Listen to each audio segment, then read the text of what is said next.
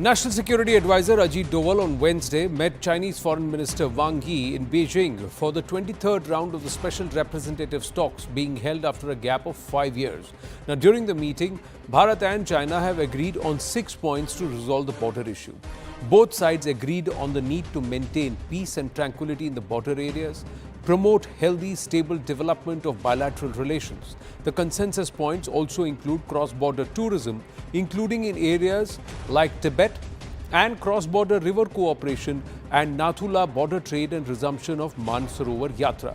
During the talks, Bharat and China both positively evaluated the solution on border issues between the two nations and reiterated that the implementation work should continue. It was discussed that the border issues should be properly handled from the overall situation of bilateral relations. The two sides in the meeting reaffirmed their commitment to continue seeking a fair, reasonable and mutually acceptable package solution to the boundary issue, in accordance with the political guidelines agreed upon by the special representatives of the two nations on resolving the boundary issue in 2005 and to take positive measures to promote this process. The talks come against the backdrop of a major breakthrough at the LAC. Currently, both sides are conducting patrols twice each week in the areas of Demchok and Depsang. Now, this patrolling was allowed after the 21st October deal that only provided authorized access to the Indian Army, but also resumed grazing by Indians in the areas. However, a decision on the moratorium on patrolling in the buffer zones is yet to be reached between the two nations. Joining us, Andrew K.P. Leung, China strategist, and Professor Brahma Chilani, strategic affairs expert with us. My namaste and Jai Hind, gentlemen. Thank you very, very much. Good evening, greetings, festive greetings too, compliments of the season in advance. But is this festive cheer, Professor Brahma Chilani, or should we be cautious? How is it different from what we were discussing 5 years ago? The main issue between China and India is the fact that there are large numbers of rival troops massed along the frontier. There are up to 120,000 Chinese troops that are massed along the India frontier from the western sector to the eastern sector. This issue never was raised in the statements by either China or by India. What has been stated in by the Chinese side, they have a catchy slogan, 6-point consensus. As we have seen in the past, these catchy slogans are really empty slogans. There is a resumption of pilgrimage to Kailash Mansarovar. Who blocked that? China. Now it is resuming pilgrimage or giving permission again to Indians to visit Kailash Mansarovar. Who blocked the transfer of hydrological data to India? China. Now it has agreed to resume selling the data. It sells data. It doesn't provide it free. India provides hydrological data in a real-time basis, free of cost, to Pakistan and Bangladesh.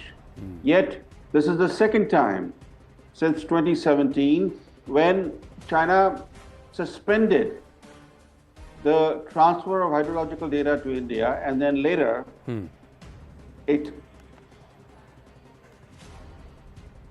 So there isn't much meat in either statement.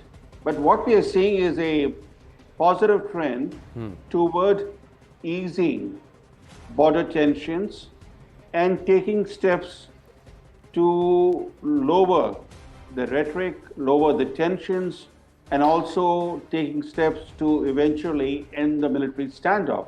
Military standoff has not ended. After all, there are these, large numbers of rival forces that are massed along the frontier.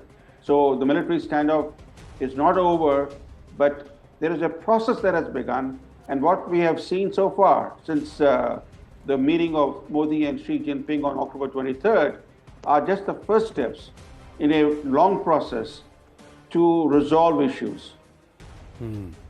Andrew K.P. Leung, your thoughts? Well, I think this is a paradigm shift in the relationship between India and China. The question is, why now? Why the meeting is held in Beijing and not in Delhi? Now, I think this suggests that this is clearly an Indian initiative. to go all the way to Beijing to get this sorted out. And the question is why? Why now? I think that this is largely affected by the Trump return to the White House.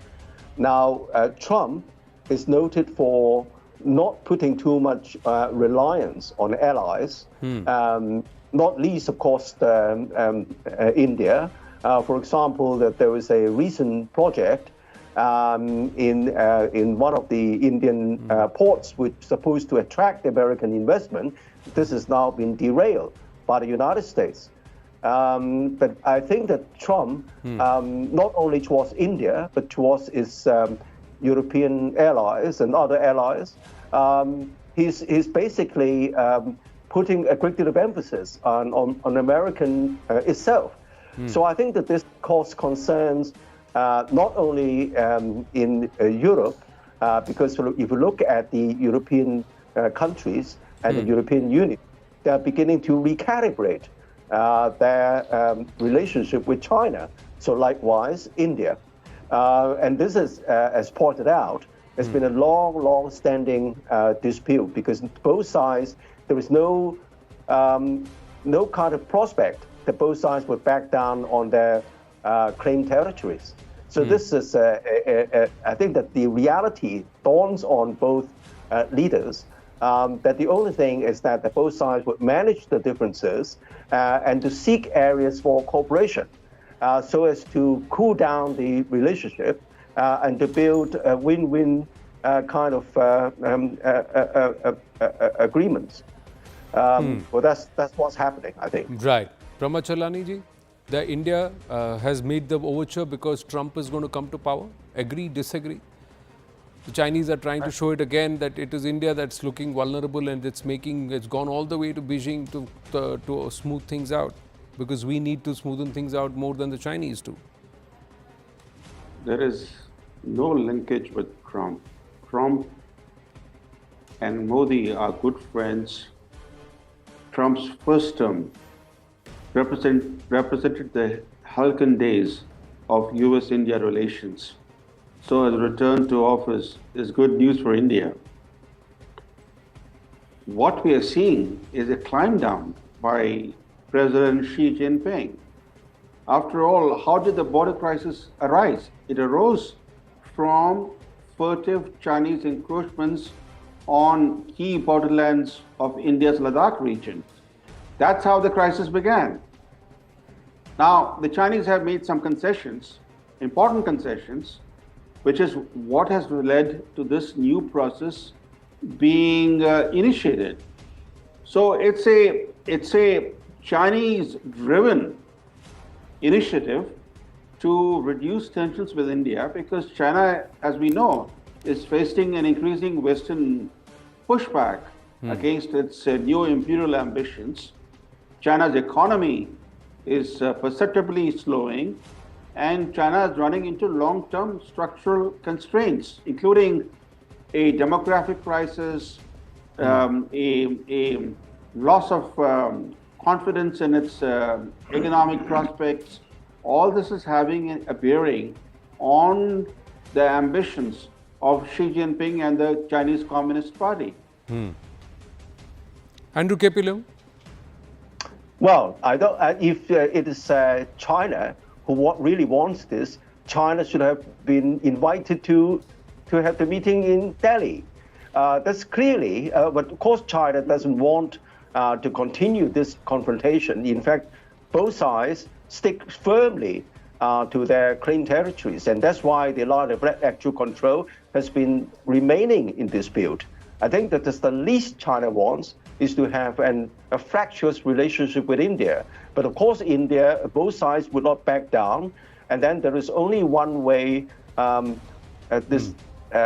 each side's confrontation is allowed to carry on without any end game in sight.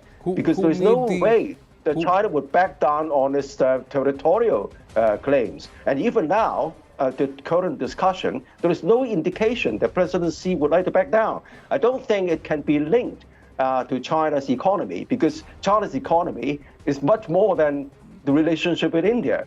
And of course, China is addressing its own internal problems, stabilizing the property market, and also growing its self-innovation. And in fact, if you look at the latest data, the situation is being turned around, even though gradually, not completely. But I don't think that that's related. What is related is not only India, but the European Union. You look at most of the European countries are beginning to recalibrate the relations with China because they can't rely on the American umbrella to the same extent as under the Biden administration.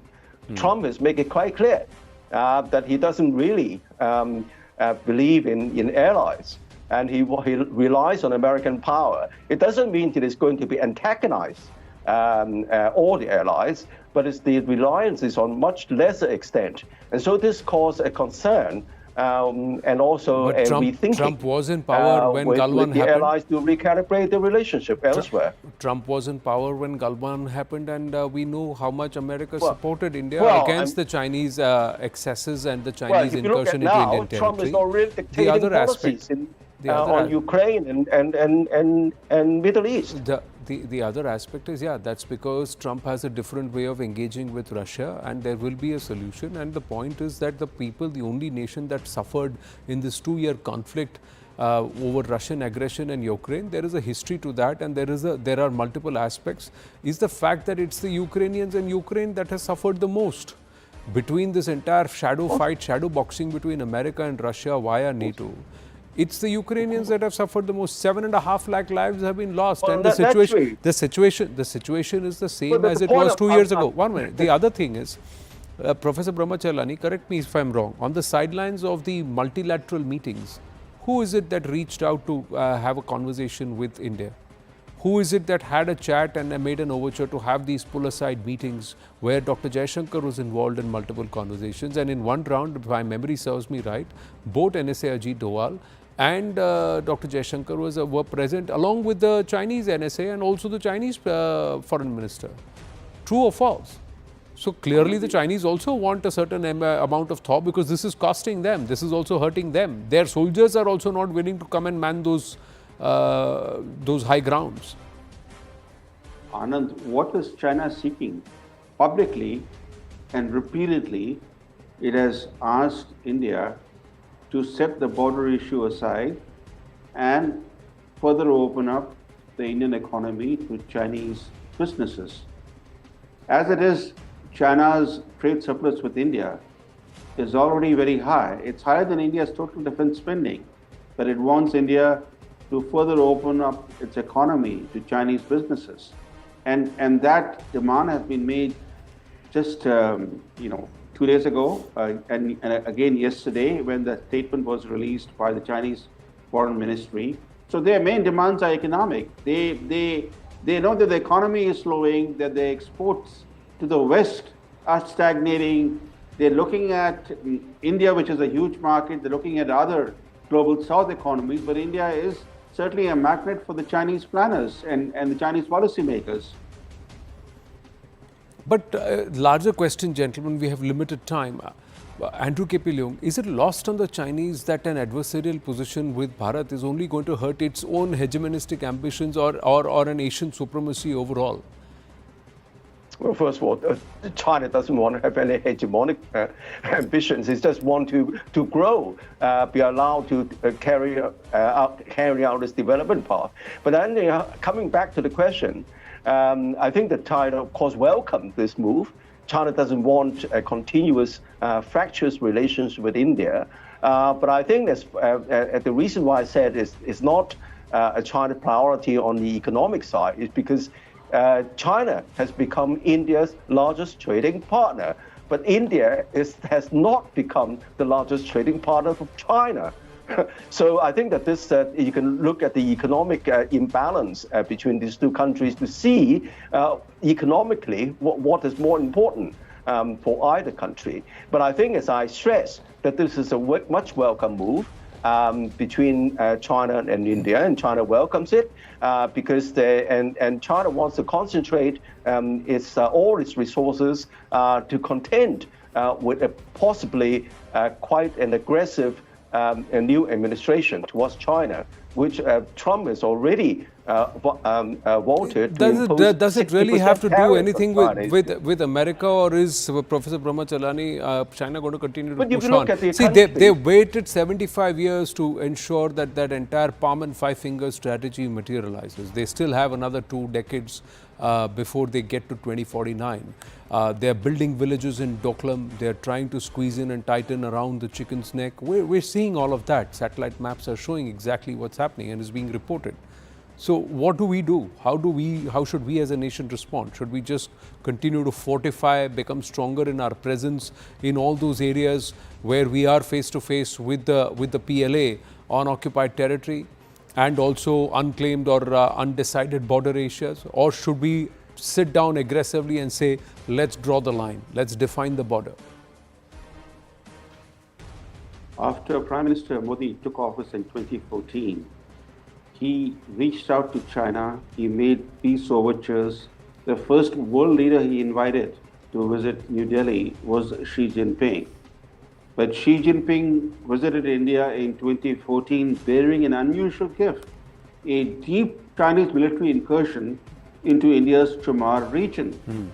This was followed by a bigger military confrontation in 2017 Right. on the Doklam Plateau, which China slowly captured, almost entirely, is now under Chinese control. This was followed by the Wuhan visit of Modi, then the Xi Jinping visit to Chennai, the Wuhan spirit, followed by the Chennai Connect.